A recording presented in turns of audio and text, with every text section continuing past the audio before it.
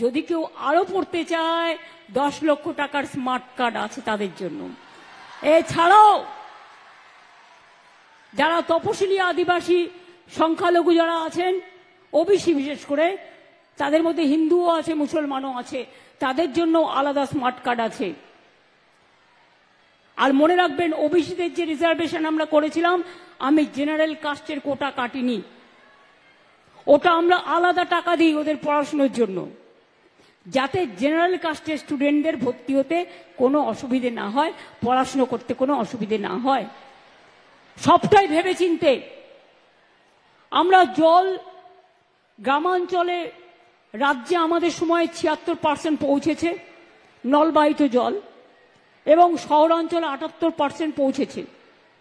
এজন্য আমাদেরই খরচ হচ্ছে 38,000 কোটি টাকার বেশি, জমিও বিনা পয়সায় দেয়া, মেনটেনেন্সও আমাদের। যেটুকু বাকি আছে আরো 65,000 কোটি টাকা লাগবে।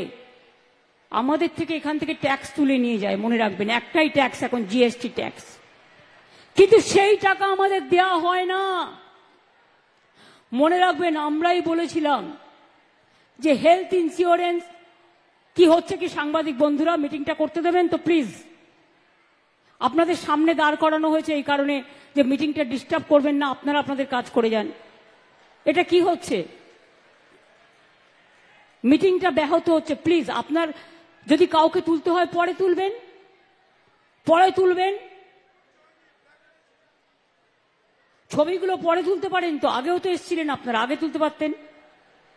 প্লিজ দয়া করে আমাকে মিটিংটা চালাতে দিন, তা নাহলে কিন্তু আমি এবার ফিড দিয়ে দেবো মিটিংয়ের।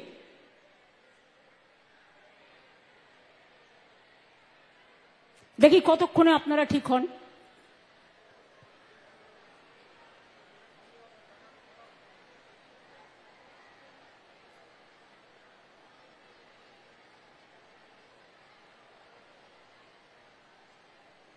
এবার থেকে আমি প্রশাসনকে অনুরোধ করব, যখন কোনো মিটিং হবে প্রেসের পেছনে একটা ব্যারিকেড করতে, যাতে ওদেরও কোনো অসুবিধে না হয় ফিট দেওয়ার, আর যাতে অন্যদেরও অসুবিধে না হয়। অনেক সময় পেছনের লোকেরা দেখতে পায় না, তারা চিৎকার করে।